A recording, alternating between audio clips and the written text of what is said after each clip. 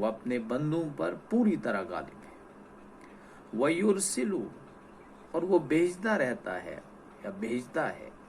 علیکم، تم پر، حفظہ، نگہبان، محافظین۔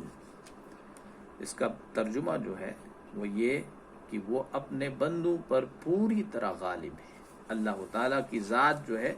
وہ اپنے بندوں پر پوری قدرت رکھتا ہے، اور وہ تم پر نگران اور وہ تم پر محافظ مقرر کیے ہوئے ہیں، وہ تم پر فرشتے مقرر کیے ہوئے، وہ تم پر فرشتے بھیجتا ہے، حتیٰ، یہاں تک کہ اذا جاء احدکم الموت، تم میں سے کسی کو بھی موت آئے، یہاں تک کہ جب تم میں سے کسی کو موت آئے، جاء احدکم الموت، احدکم ہوتا ہے تم میں سے کسی کو، الموت، موت آئے،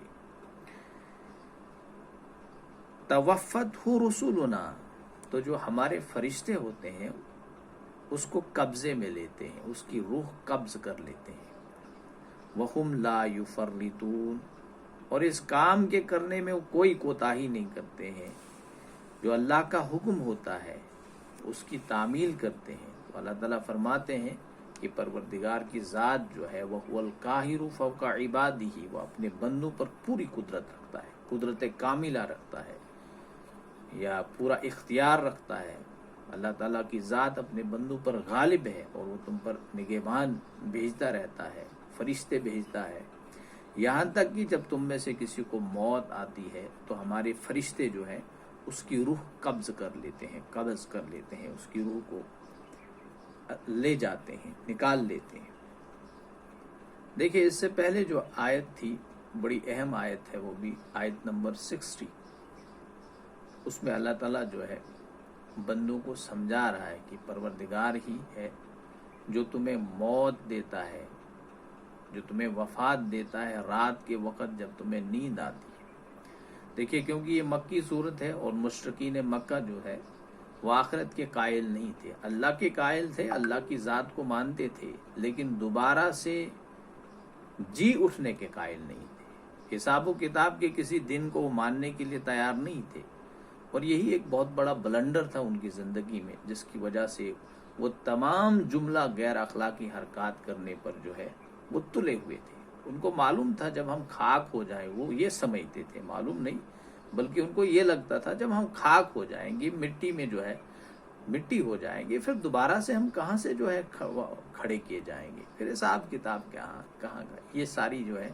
ان کے ذہنوں میں سارے خیالات چلے جا رہے تھے۔ اللہ تعالیٰ نے انہیں سمجھایا کہ دیکھیے بے وقوف و احمق ہو، اللہ تعالیٰ یہ جو تم انکار کرتے ہو حیات بعد الموت کا، اس کی تو ایک بہترین دلیل دن و رات اس کی رہسل ہوتی ہے۔ جب تم سو جاتے ہو تو اللہ تعالیٰ تمہاری روح کو قبض کر لیتا ہے، پھر جب تم زندہ ہو جاتے ہو پھر تمہارے جسم کے اندر جو ہے روح ڈال دی جاتی ہے، ورنہ روزانہ تم موت کی آگوش میں چلے جاتے ہو، کیونکہ نیند جو ہے وہ آدھی موت ہوتی ہے، اور نبی اکرم صلی اللہ علیہ وسلم کی ایک حدیث کی روح سے نیند جو ہے وہ موت کی بہن بھی ہے۔ تو اس طرح سے انہیں یہ سمجھایا جا رہا تھا کہ اصلی جو ہے موت انسان کو جب آئے گی، موت کے بعد پھر دوبارہ سے ان کو کھڑا کیا جائے گا، پھر اسی کی طرف تم سب کا لوٹنا ہے، پھر ثم ینبئکم بما کنتم تعملون، پھر تمہیں بدلا دیا جائے گا تم کیا کیا کرتے تھے۔ تو اس میں جو ہے روح جو ہوتی ہے، روح کے حوالے سے اگر بات کی جائے، یہ دو قسم کی روح ہوتی ہے، ایک ہوتی ہے جسمانی روح، حیوانی روح ہوتی ہے، دوسری ہوتی ہے نفسانی روح۔ جب انسان کو رات کو انسان سوتا ہے تو اس نیند کے دوران اس کی جو روح ہے روح نفسانی جسے کہیں گے، وہ جسم سے نکل جاتی ہے، اور جس کے متعلق اللہ تعالیٰ نے فرمایا کہ اسے اس وقت قبض کر لیتا، اس کے فرشتے جو ہیں پکڑ لیتے ہیں، اور اس روح کے جسم سے علیحدہ ہونے کا یہ اثر پڑتا ہے کہ انسان کی سماعت، انسان کی بصارت، انسان کا قلب و دماغ جو ہے اپنا کام کرنا چھوڑ دیتا ہے۔ اس لیے آپ دیکھتے ہیں جب انسان سوتا ہے اسے یہ بھی معلوم نہیں ہوتا ہے کہ کس وقت، دنیا میں آج تک کسی انسان نے یہ نہیں کہا ہے کہ مجھے نیند جو ہے کتنے بج کر کتنے منٹ تک یا کتنے وقت کس ٹائم پر جو ہے مجھے نیند جو ہے آئی اور میں سو گیا۔ آج تک یہ جو ہے یہ ایک مسٹری ہے، انسان اس قابل نہیں ہوا ہے کہ جو بھی انسان سوتا ہے یہ وہ ایگزیکٹلی بتائے کہ اسے نیند کم پڑ گئی. اسی طرح کسی انسان کو یہ معلوم نہیں ہے کہ کس وقت اس کی موت واقع ہو سکتی ہے. تو جب انسان سوتا ہے تو اس کی نفسانی روح جو ہے اس سے نکل جاتی ہے اور جسمانی روح اس کے اندر موجود رہتی ہے. اور یہ جسمانی روح کی وجہ سے ہی ممکن ہوتا ہے کہ اس کا بلڈ سرکولیشن جو ہے یہ باقی بایولوجیکل سسٹم فنکشنل رہتا ہے، جس کی وجہ سے جو ہے حیوانی سطح پر وہ زندہ رہتا ہے. اس کے بعد صبح پھر اس کے اللہ کے فرشتے جو ہیں وہ اس کی روح کو واپس لوٹا دیتے ہیں، نفس وہ روحانی روح جسے کہا جاتا ہے، پھر اس کو واپس لوٹا دیتے ہیں، وہ زندہ کھڑا ہو جاتا ہے. تو اسی طرح سے ان کو سمجھانے کی کوشش کی جا رہی ہے کہ دیکھیے اللہ تعالیٰ اپنے بندوں پر پوری قدرت کاملہ رکھتا ہے. اللہ تعالیٰ کی مشیت سے انسان کو اپنے جو مقررہ وقت اس دنیا میں رہنا ہے وہاں تک تو وہ زندہ رہے گا. اس لیے اللہ تعالیٰ نے ہر انسان کے ساتھ فرشتے رکھے ہیں. یہ جو یہاں پر آ رہا ہے وَيُرْسِلُ عَلَيْكُمْ حَفَظًا، اللہ تعالیٰ نے ہر انسان کے ساتھ جو ہے نگہبان رکھے ہیں جو اس کی باڈی گارڈز کی حیثیت سے اس کے ساتھ جو ہے ہر وقت موجود رہتے ہیں. چنانچہ اسی لیے ہم دیکھتے ہیں کبھی کوئی حادثہ ایسا پیش آتا ہے، پھر انسان اس حادثے پر جب غور کرتا ہے وہ سمجھنے لگتا ہے کہ وہاں پر بچنے کی کوئی امید تو نہیں تھی، لیکن یہ اللہ ہی نے مجھے بچایا، یہ اللہ ہی نے بچایا جو ہے. تو یہ اللہ کی طرف سے جو ہے مقرر کردہ جو فرشتے وہاں پر ہمارے ساتھ موجود ہوتے ہیں وہ انسان کو بچا دیتے ہیں. اسی طرح بعض اوقات کبھی ہمیں ایسی چوٹ بھی آ جاتی ہے، سر کی چوٹ، پھر ہم سوچتے ہیں اللہ کا فضل ہے، الحمدللہ میں بچ گیا. ایسی چوٹ فلاں ایک شخص کو آئی تھی، اس کی موت واقع ہوئی تھی.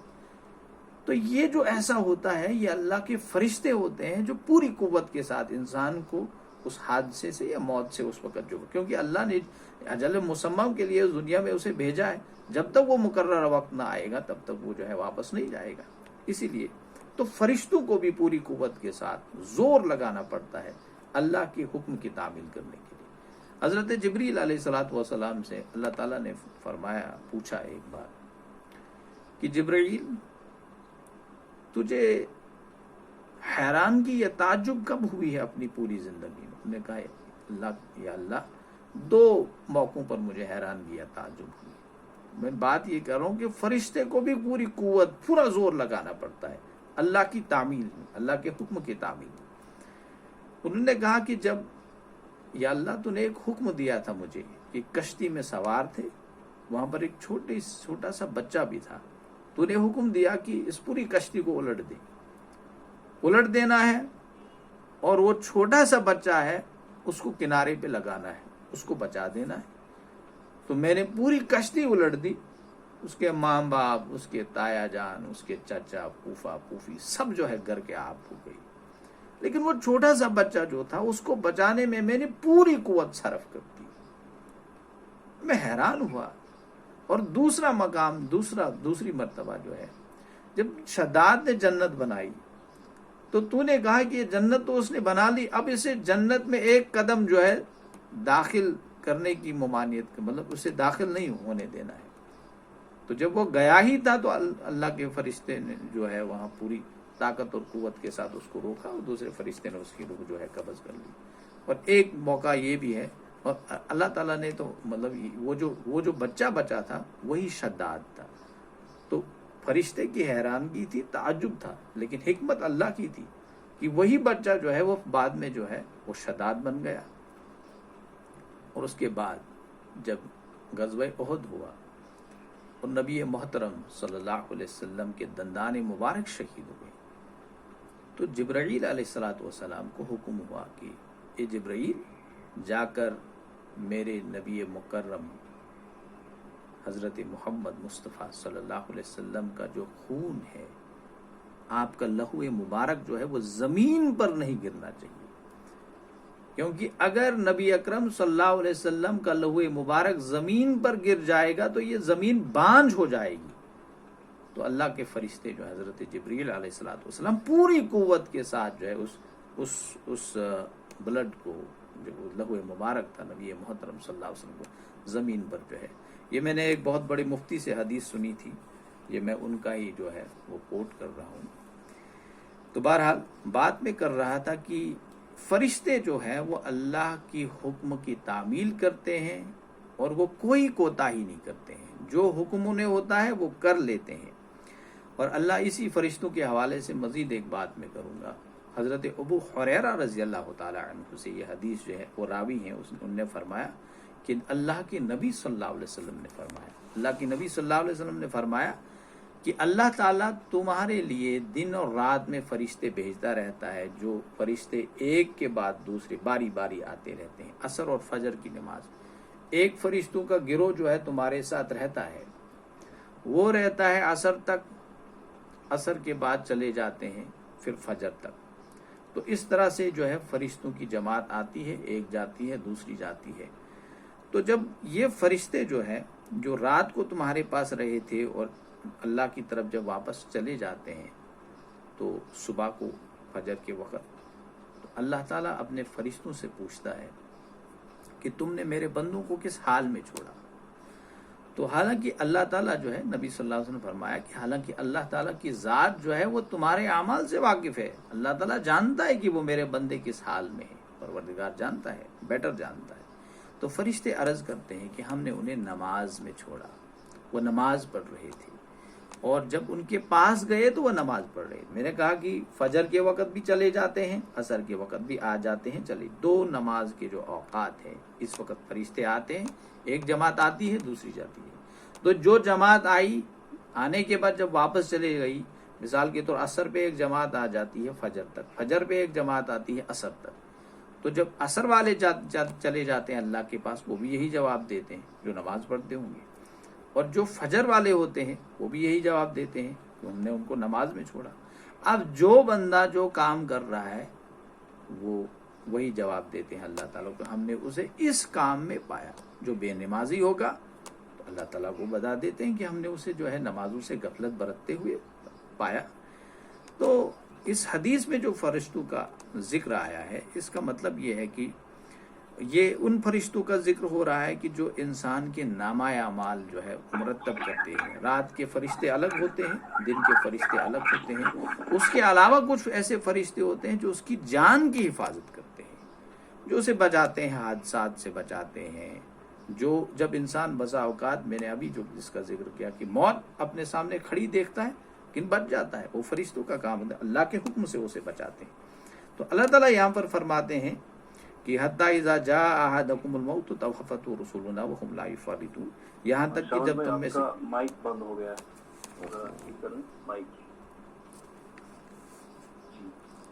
اب ٹھیک ہے؟ جی جی۔ اچھا، تو اس طرح سے اللہ تعالیٰ جو ہے، اللہ تعالیٰ فرماتے ہیں کہ میں اپنے بندوں کے ساتھ فرشتے رکھتا ہوں، ان کی نگہبانی کے لیے، ان کی حفاظت کے لیے، ان کی نگرانی کے لیے۔ دوسری بات اس حوالے سے آپ یہ بھی سمجھ لیجئے کہ جب انسان کی موت آتی ہے تو یہاں روح کے قبض کی بات جو ہو رہی ہے کہ جب کسی کی موت آتی ہے تو ہمارے فرشتے اس کے پاس آ جاتے ہیں اور اس کی روح کو پکڑ لیتے ہیں، اس کی روح کو اس کے بدن سے علیحدہ کر لیتے ہیں، پکڑ لیتے ہیں، گریسپ کر لیتے ہیں، قبض کر لیتے ہیں، اللہ کے پاس لے جاتے ہیں۔ اب دنیا میں دو قسم کے انسان ہوتے ہیں، ایک نیک انسان ہوتا ہے، ایک برا انسان ہوتا ہے۔ جب نیک انسان ہوتا ہے تو جب موت کے فرشتے اس کے سامنے ظاہر ہونے لگتے ہیں، مطلب نظر آنے لگتے ہیں، اس کو معلوم ہوتا ہے کہ یہ اچھے فرشتے ہیں، جنت کے فرشتے ہیں۔ تو کہتے ہیں کہ جب اس کی روح کو قبض کیا جاتا ہے، احادیث میں آیا ہے، اس حوالے سے بہت ساری احادیث بھی ہیں کہ نبی صلی اللہ علیہ وسلم نے فرمایا کہ جب فرشتے اس کے پاس آ جاتے ہیں، اگر وہ نیک ہوتا ہے، نیک انسان ہوتا ہے، تو اس کی روح کو جو ہے ریشم کے کپڑے میں لپیٹ دیا جاتا ہے، اور اس کی روح کو لپیٹنے کے بعد آسمان کی طرف لیا جاتا ہے، آسمان کی طرف لے جاتے ہیں وہ فرشتے اسے، اور اس کی روح کی خاصی پذیرائی ہوتی ہے، توقیر ہوتی ہے، عزت ہوتی ہے، ہر جگہ پر مرحبا مرحبا، ہر آسمان پر مرحبا مرحبا، مبارکباد مبارکباد۔ تو اس طرح سے اس کے لیے آسمان کی جتنے بھی آسمان اوپر ہیں، 7 آسمان کا ذکر احادیث میں بھی آیا، قرآن بھی کہتا ہے تو وہ سارے آسمان کے دروازے فرشتے جو ہیں بڑا ہی ایک شاندار استقبال اس کا کرتے ہیں، ہر دروازے پر، ہر گیٹ پر جو ہے. پھر اسے اللہ کے پاس لیا جاتا ہے، بڑی عزت و اکرام کے ساتھ پھر اسے واپس بھیج دیا جاتا ہے، اور اس کی جو ہے میت کے ساتھ جو ہے وہ رہتی ہے، وہ مطلب اس کی میت میں داخل کر دیا، اس کی میت کے ساتھ وہ روح جو ہے داخل نہیں کر دیا، میت کے ساتھ رہتی ہے. پھر اللہ نوز بیٹر اس کے بعد کیا معاملہ ہوتا ہے، اور وہ یہ پکارتی ہے وہ روح کہ مجھے جلدی جلدی جو ہے تدفین کے لیے لے چلو. پھر تدفین کے بعد جو ہے قبر میں جو سوالات اس سے پوچھے جاتے ہیں وہ اس میں کامیاب ہوتا ہے، پھر اسے جو ہے علیین کے مقام تک پہنچا دیا جاتا ہے. یہ معاملہ ہے نیک شخص کا. اب جو برا شخص ہوگا، جس نے دنیا کی زندگی مستی اور موجوں میں جو ہے گزاری ہوتی ہے، اس نے کوئی پاس و لحاظ نہیں کیا ہوتا ہے، کوئی تفریق اور حلال و حرام کے مابین کوئی تمیز کا جو ہے والا رویہ نہیں اپنایا ہوا ہوتا ہے، اس کی جب روح قبض کی جاتی ہے تو دوزخی جسے کہے جائے گا. فرشتے جو ہے اس کی روح کو بدبودار کپڑے میں لپیٹ کر آسمان کی طرف لیتے ہیں. کوئی دروازہ آسمان میں نہیں کھلتا، اسے ہر طرف سے پھٹکار اس کی واپس لے جاؤ، دفع کر دو اس کی یہاں پر ضرورت نہیں ہے. جس طرح جو مومن شخص تھا اس کا استقبال، اس کا کوئی استقبال نہیں، اس کو واپس پہنچا دیا جاتا ہے اور واپس بھیج دیا جاتا ہے، کیونکہ اس کا کوئی دروازہ کھلتا ہی نہیں. پھر وہاں سے اسے اپنی میت کی طرف پھینک دیا جاتا ہے، اور وہ پکار کر کہتی ہے کہ مجھے تدفین کے لیے مت لے جاؤ، مجھے قبر میں مت ڈالو، کیونکہ وہ والی جو روح تھی وہ قبر کا مطالبہ، یہ کہتی ہے کہ مجھے قبر میں مت لے جاؤ. تو یہاں سے گویا کہ اس کے بعد اسے جو مقام سجین تک پہنچایا جاتا ہے. پھر جنت اور جہنم کے نظارے دونوں کو متعلقہ جو ہیں یہ روحیں، ان کو جو ہے ریسپیکٹیو روحیں جنہیں کہا جائے گا، ان کو اس کا نظارہ ہوتا ہے. اللہ تعالیٰ اس کے بعد فرماتے ہیں ثم ردوا الی اللہ مولاہم الحق، پھر وہ لوٹا دیے جاتے ہیں اللہ کی طرف جو ان کا مولا ہے برحق. اب اس میں مفسرین نے دو لیے ہیں. ایک تو یہ ہے کہ فرشتے جو ہے اپنا کام کرنے کے بعد پھر اللہ کی طرف واپس چلے جاتے ہیں. ایک یہ رائے ہے، بلکہ ایک تفسیر یہ ہے کہ جو بندے ہوتے ہیں ان کی روحیں جو ہوتی ہیں وہ اللہ کی طرف واپس لوٹا دی جاتی ہیں، واپس لی جاتی ہیں. ثم ردوا الی اللہ مولاہم الحق، پھر ان روحوں کو جو ہے اللہ کی طرف لوٹا دیا جاتا ہے. یہ بھی اس میں ایک ہے جو ان کا حقیقی مالک ہے. اس کے بعد اللہ تعالیٰ فرماتے ہیں الا لہ الحکم، سن لو جو ہے فیصلہ کے جملہ اختیارات اسی کے پاس ہیں، پروردگار کے پاس ہیں. الا لہ الحکم، آگاہ ہو جاؤ، فیصلے کے تمام اختیارات اسی کے ہاتھ میں ہے. وہو اسرع الحاسبین، وہ حساب کرنے والوں میں سے بڑھ کر ہے، بڑا تیز ہے. گویا کہ حقیقی حاکمیت جو ہے اللہ کی ہے، حقیقی اقتدار صرف اللہ کا ہے. یہ بات یہاں پر جو ہے اس سے پہلے بھی آیا ہے ان الحکم الا للہ، کہ فیصلے کا اختیار جو ہے صرف اللہ کے